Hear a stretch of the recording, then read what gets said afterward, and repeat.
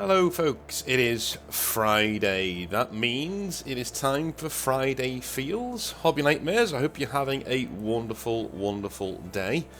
If you want to send in some Hobby Nightmares, make sure you send them to hobbynightmares@gmail.com. That is hobbynightmares@gmail.com, where I will read them out as soon as I am able to. If your Hobby Nightmare follows a particular theme, it will be read out on a day where it suits that theme. So it may not be straight away, it may be a week or two later, but generally I read most within a week of you sending them to me. So send them over and let's have some fun. Let's jump in, shall we, with Panda. How's it going, Panda?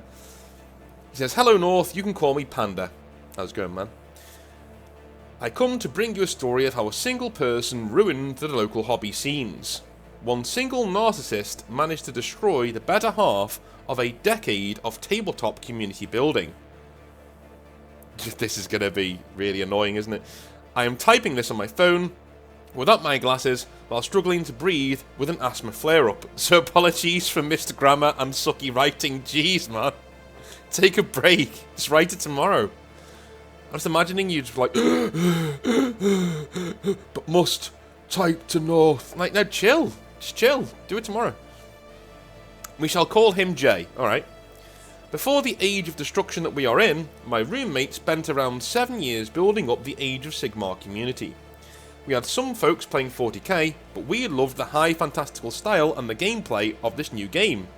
It was a slow grow, but grow it did. This time last year, every Saturday, you could show up at the local community and easily get a game.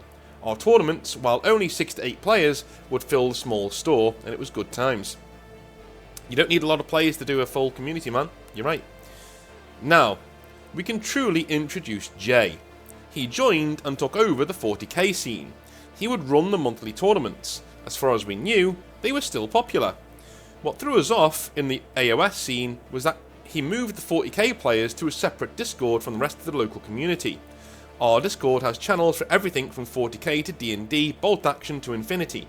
The 40k channel used to be quite popular until it grew quiet. This is when we heard he made the separate server." Okay. Odd. I agree that this is a bit weird. Bit weird. "As an avid Age of Sigmar player, I shrugged off until it was an annoyance.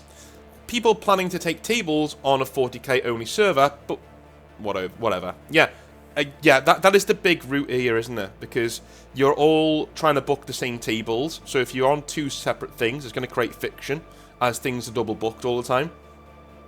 Yeah. After a few months, we started to hear some sketchy things. The 40k tournaments started to get smaller, but yet he wanted the store to still give the bigger gift cards. Sometimes the numbers were fudged to get a bigger bracket. This all led to the gift cards being removed altogether from both tournaments. Annoying, but whatever. I'm guessing those are prizes, right? Yeah. As time went on, we started to get more Age of Sigmar players that were former 40k players. We got to hear some quite interesting stories. He would bring in meta lists every month using the new flavour of the month. He would cheat the whole time. For some reason, he would use not only the smaller than Age of Sigmar terrain, but less of it.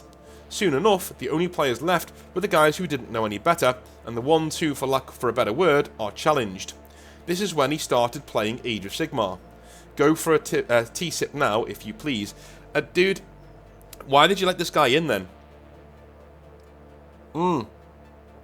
If I'm hearing all of these things, I'm having a word with this dude. You're not coming into my community like that. I'm going to have a word with you. Like, dude, if you act like this, you're gone, right? We've heard things from the 40k dudes. If you act like this over here, you're gone. Job done, right? "I had never met the dude until he started to play Age of Sigmar. I walked in to cash in my cards for the dope Talia Vendra model when I saw one of the local guys playing. A super nice guy. Still new at the time to the game, and he was playing Jay. We will call him P. P had brought his new army to play, the Soulblight Gravelords, and who doesn't love me some vampires? I watched them play for a time and offered some advice when asked. The problem P had was, he did not have the damage to deal with Jay. He was playing with trolls. It was fitting given how he acted. Killed a unit. He popped up. Oh yes, F yeah, woo. Obnoxious as all can get. He loses something. Well, that was BS. Bologna. Overpowered. If he won, P did not bring enough damage. As someone who was considered... he won. Fair enough. P did not bring enough damage. As somebody who is considered the most chill player in the area, I was getting beyond annoyed, but I kept my calm. I will not tell somebody to shut their bloody mouth when it isn't my game or not my roommates. Fair enough, mind your business, yeah, that's fine. But if you're taking control of the spaceman, you need to be able to police these people. As soon as the game was over, he immediately packed up, bragged about being undefeated, and left. I stayed to give advice to P. Take some blood knights. Play the points. He wasn't too bothered, but it sure put a bad taste in my mouth. The next tournament, dude, this is what they do. This is what they do. They, like, seek out their targets, right? Like, Jay knows that P is an easy target. He's not going to have a go at him. This is what they do. And when I said police it before, a lot of people are going to be like, well, you can't do that. Oh, my God, you know, it's ridiculous. It's just going to be, you know, no one's going to play anybody. Everyone's going to be fighting to say anything. No, I don't mean that. What I mean is, your club needs standards, right? What you do, one of the best things to do in a club, and if I do a club for Northern Exile, it will have a code of conduct that you have to sign, right? Anybody can join the club to come play with us, but there is a code of conduct. There'll be like 5 commandments or whatever it is, right? You've got to follow those. If you're in breach of those once, right, you get a warning. Twice, gone. Don't do 3 strikes, do 2. If you're an adult, you know, you get 1 warning, mate. Don't be like that, right? You know what I mean? And it's got to be egregious as well. Like, you know, you're shouting, calling things bullshit, being a bad loser or a terrible winner, you know, cheating. You know what I mean, right? You get two chances. You know, first time, shame on me and all that. You know, you get 2 chances. One time, you get a warning. Second time, off you go, dude. And you just point to it, saying, "Dude, you signed the code of conduct, and you've been in breach of it twice. Leave." In fact, no, stay for today, but you're no longer welcome. So you may as well leave now. Stay for today, but you're no longer welcome. You know, fair dues. The next tournament, Jay showed up. He refused to use the official app, and this was back when Battlescribe was never current. I didn't play him, but I could hear the players getting annoyed. It wasn't until we got home and one of my roommates grabbed his book. He was not only using the older rules, but he was using the old edition book. Pretty bad, right? Plus side, he didn't place in the tournament. Oh my god, you cheat and you don't place. Oh my god. He's just really bad. So bad that he loses even when he cheats. For a time, he disappeared and nobody missed him. But no good time lasts forever. When we were planning the last tournament of 3rd edition, I was planning on bringing a nice, fluffy, fun army. Maybe Cities of Sigmar with cannons. Was it good? Hell no.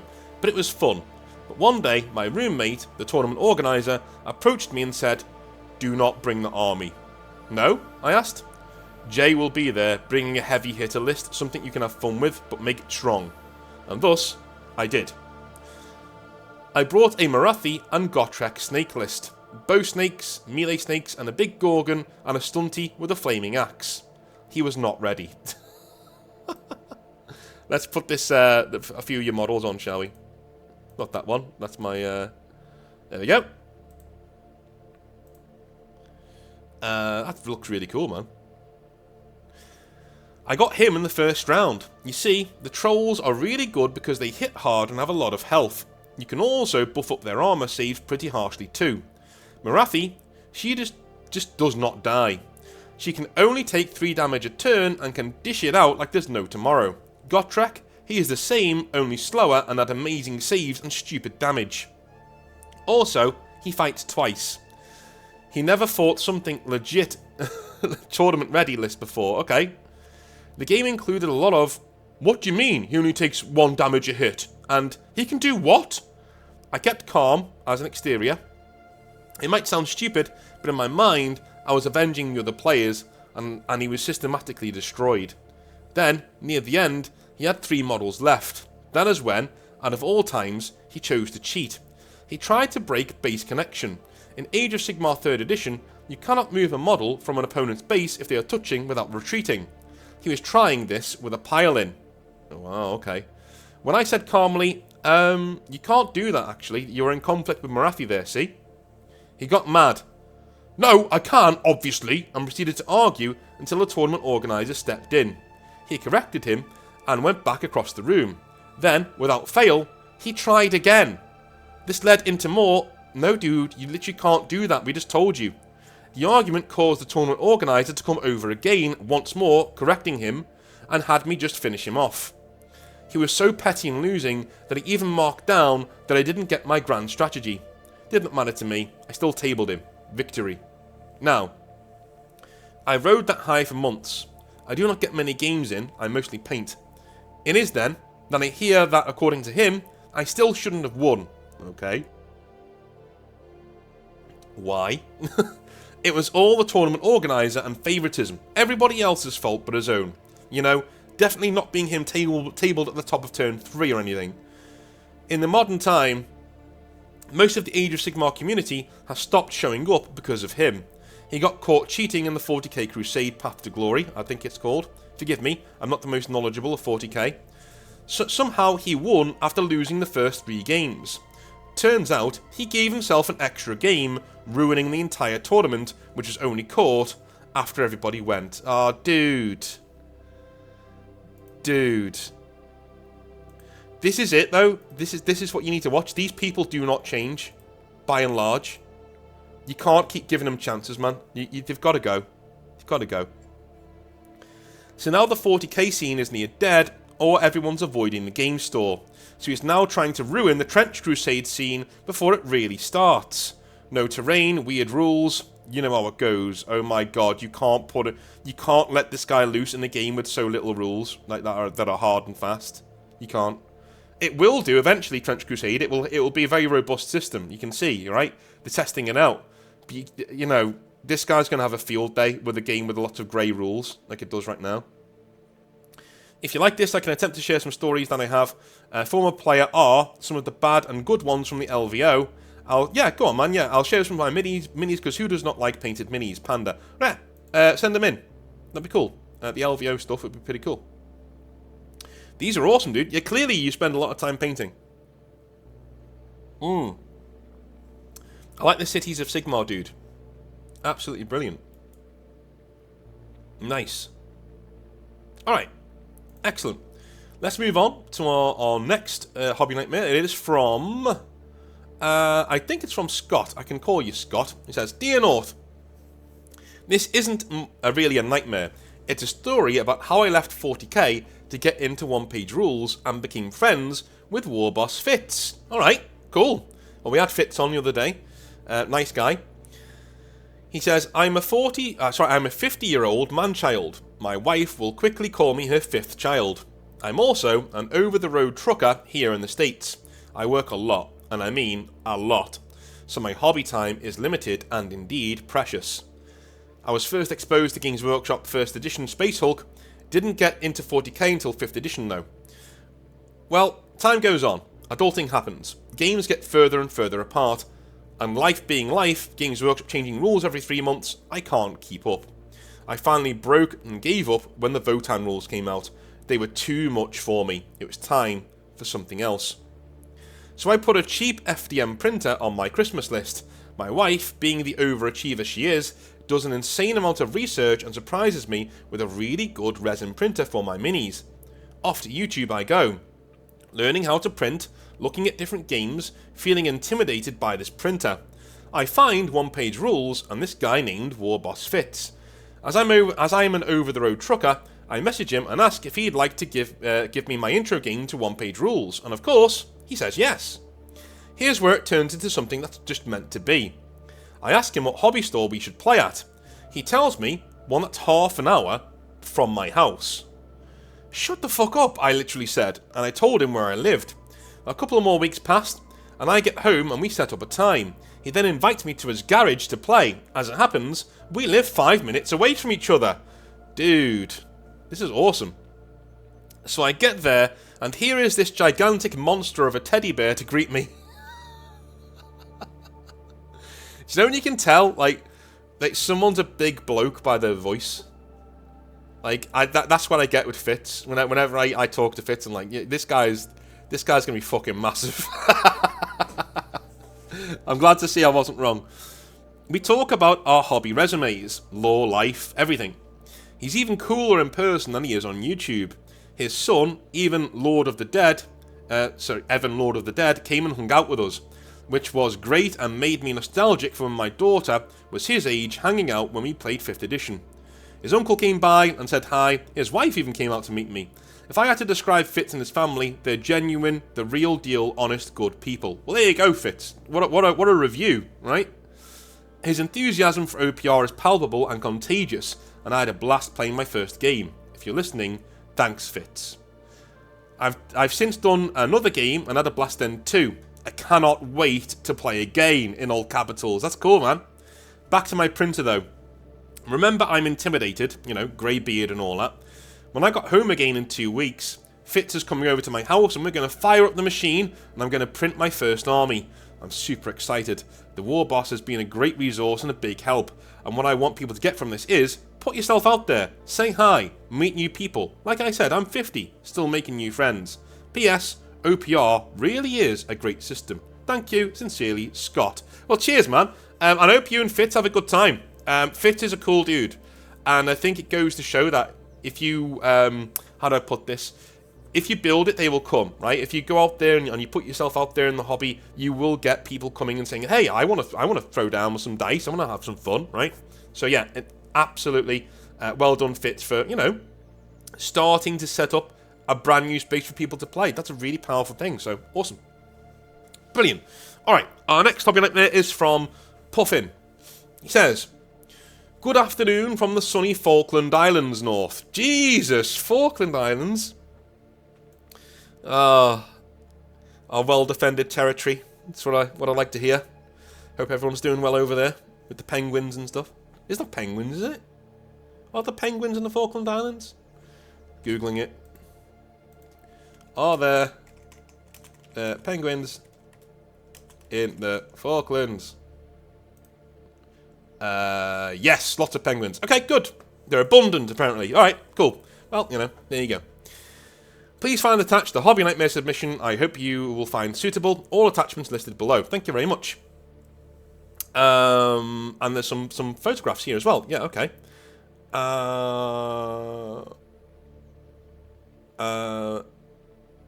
Okay.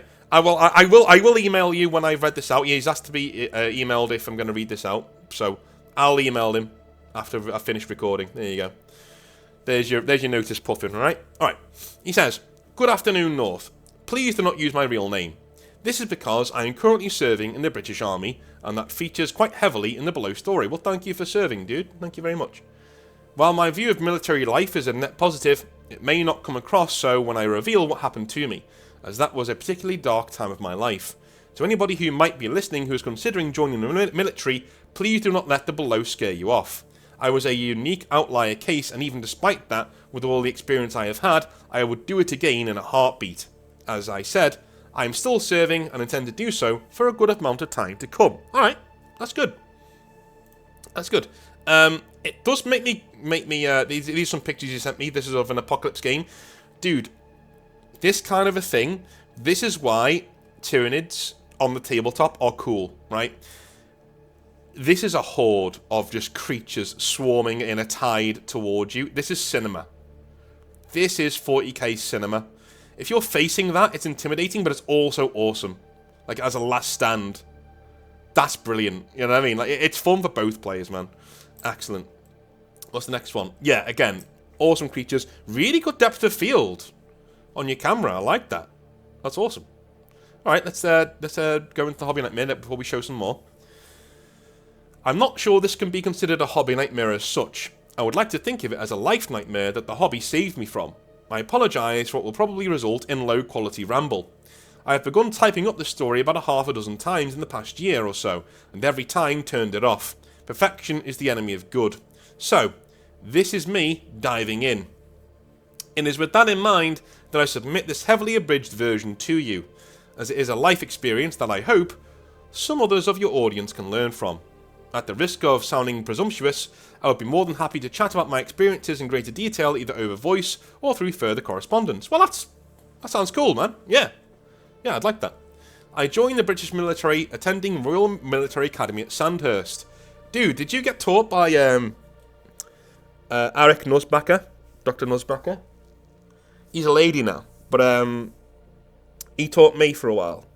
So I'd be interested to know if you were taught by him, because him? No, not him anymore, but you know what I mean.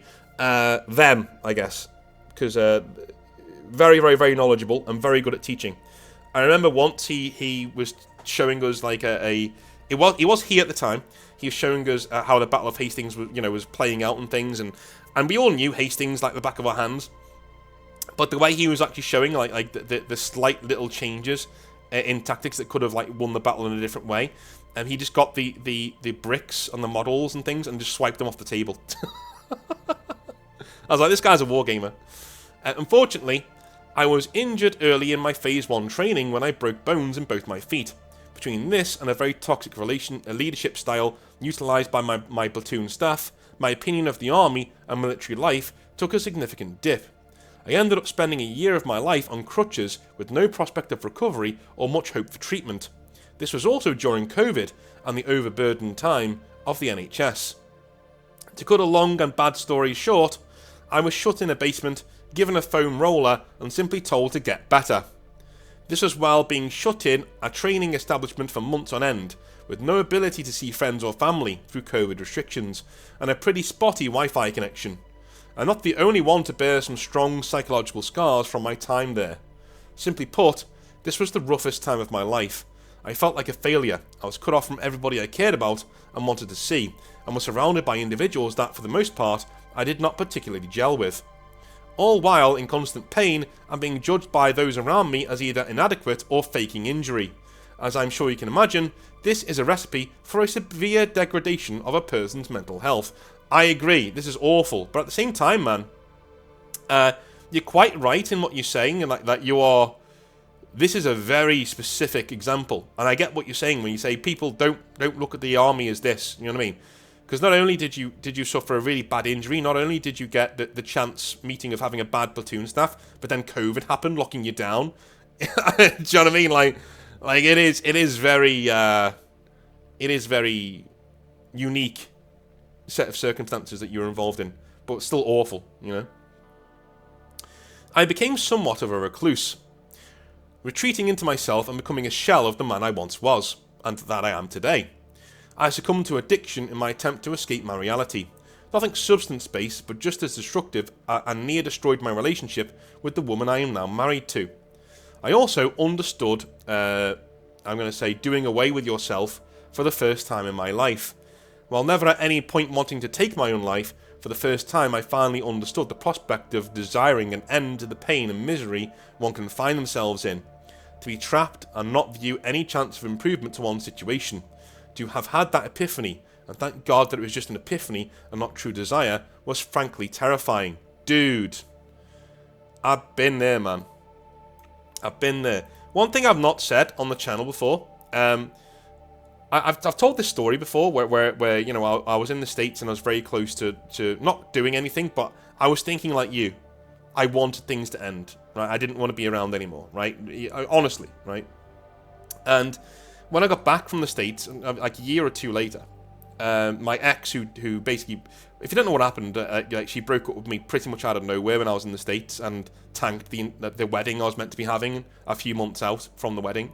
You know, basically, the family were really good to me, but it was always like a pity thing, like, you know, oh my God, like look what she's done to him, like we can't just throw him out on the street, sort of a thing. It fucked me up. It really did. And on the morning that it happened, I've had many false starts in my life, you know, like many. Like I've tried different things to get out the gutter, to get myself some money, to get myself going, right? I tried, I've worked in a lawyer's office, I've worked on construction, I've worked, you know, in different bars and restaurants, I've went to university to try and become a teacher, then I you know, I'm on the way to becoming a teacher in the States, and all that is pulled out from under me, and I've got to start all over again, do you know what I mean? And I'm like, well, what the hell do I do now, sort of a thing, and it doesn't sound that devastating now, because I'm years removed from it, and I'm fully healed, basically. Like that's a scar that's pretty much been healed over. But it was devastating at the time. I can't like tell you how devastating it was. It was awful. And you know, that morning when that happened, I was very close to just like, I would never have done anything to myself because I didn't have the balls, and I don't actually want to die, you know. But if somebody had said to me, listen, if you flick this switch, you know, it all goes black, and you've never existed. You're not going to hurt anybody. It doesn't hurt. You just go. There was a good half an hour there where I would have done it, you know, if given the chance, I would have done it, you know. So, don't get me wrong. Like I know where you're coming from. Like definitely, absolutely, and it sucks. It absolutely sucks. But the other thing is that, you know, a few years later when I got back to the UK, that same lady would try and talk to me again. And the one thing that would always make me go, no, like I'm not getting involved in this again, is, you know, remembering what she did and how I felt at the time. I'm not opening myself up to that amount of pain again. Do you know what I mean? So even though for a long time I was like, that's all I ever wanted, when it finally did happen, she started talking to me again, and it was starting to reconcile, I just stepped away. I was like, nah, I'm not doing this. Do you know what I mean? Because it could end up in the same situation, and I'm not doing it again. So I fully understand how you feel, man. Not wanting to do it, but understanding the pain and the motivation of wanting to do away with yourself. Absolutely. Absolutely. Anyway, let's carry on. Thankfully, around this time, I rediscovered a passion for wargaming. I found a video by Lewitin09, a good person to go to when you're starting out, yes, regarding the positive mental impact of the positive impact of mental health among hobbyists. Slowly, this grew into reading through the lore, and I began building my first miniatures. As a child in primary school, my first exposure to Warhammer was a friend's 3rd edition Tau army in the original Tau camouflage. I have now made it my solemn duty to make it up to my childhood self and have as much of such an army of my own. You can find pictures attached. I do, and they are very nice. I like the way that you've differentiated certain your commander of a squad there. It's pretty cool. Very nicely painted. Very nicely done. Now, the hobby is my way of dealing with work stress. I stick on a Horus Heresy novel, currently on book 32, Deathfire. It's a bit of a drag. And get to work. It saves me from screams and those destructive tendencies I alluded to earlier. Several months after my arrival at my first unit, I met a man at a martial arts club who has become one of my best friends. We spoke and slowly figured out that we are both nerds in that closet Warhammer nerd fashion. He revealed to me that he is a massive fan of the older 3rd and 4th editions of the game, that I remember playing when I was a teenager. I assured him that I would get painted as fast as I could and play a few games with him. This was when he turned around to me and said, "Mate, just borrow mine." I can't describe how touched I was by that gesture. To have a relative stranger trust me enough to invite me to his house, handle his miniatures, and I'll be a part of his life. On a side note, thank God he did offer to let me use his minis, because I'm immensely a slow painter. I now have a substantial Tyranid force in the classic Kraken Red and Bone, along with a paltry force of Tau I'm adding to as quickly as I can. While in training, collecting Imperial Guard was just too close to home. But now I'm kicking myself wishing I had based an Imperial Guard regiment off of my first unit, and I still intend to do so. I now record the name of every soldier that I serve with in a private file. My plan is to create a doctrinally accurate British Rifle Company, with each soldier named after somebody I personally served with. Would that I was already retired and able to get all of those projects done already. Dude, what if you come across a real dickhead? What are you going to do? You're going to come across one, you're in the army. You're going to come across some knob jockey, you're in the army, mate. So, you know, there's going to be a few. Like, what are you going to do? You're going to like do something silly with their model, or maybe remove them first as casualties every time? That'd be quite funny. Maybe do bolt action, man. Bolt action seems ideal for that. Anyway, to conclude what feels like quite a ramble, I would advise those in your younger audience to be self-conscious that you have no idea how hard your brain can trick you into thinking you are alright, when the reality was quite the opposite. I agree, but it can also have the opposite effect. Your brain can trick you into thinking also that something is wrong when there's nothing wrong, right? Your brain's stupid. It can do amazing things, but your body And dude, there's a thing called cancer, right? Your body literally attacks itself with mutated cells till it dies. Your body's a fucking retard, right? It just is, and so is your brain. Have you ever done this where you're paranoid about something in your body, like, oh my god, is there a pain down there? And then the pain will happen. Yeah, that's your body being stupid.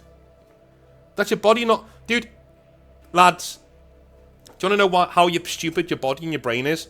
Your penis doesn't know the difference between a woman and the back of a bus and the vibrations that happen there. Just saying. Just saying. To conclude, it feels like... Okay, I've already read that bit. I never imagined I would struggle with addiction until I've actually attempted to deprive myself of that addictive behaviour. Do not give up just because you stumble or falter. And to do so only invalidates your earlier effort if you let it. If you've gone from a husk of a human being to a leader of men and women through hardship and difficulty.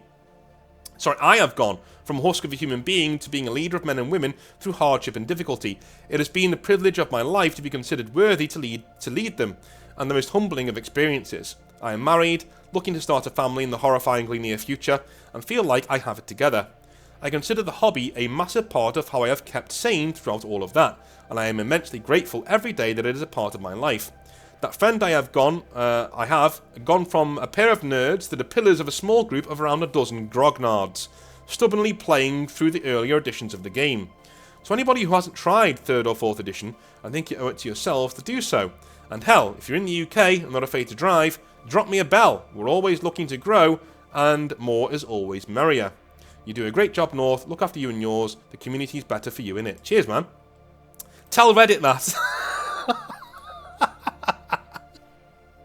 I'm joking. No one gives a fuck what Reddit says. Bunch of retards. Right, okay. This is a really cool Space Marine army, man. Whose is this? You sent this to me.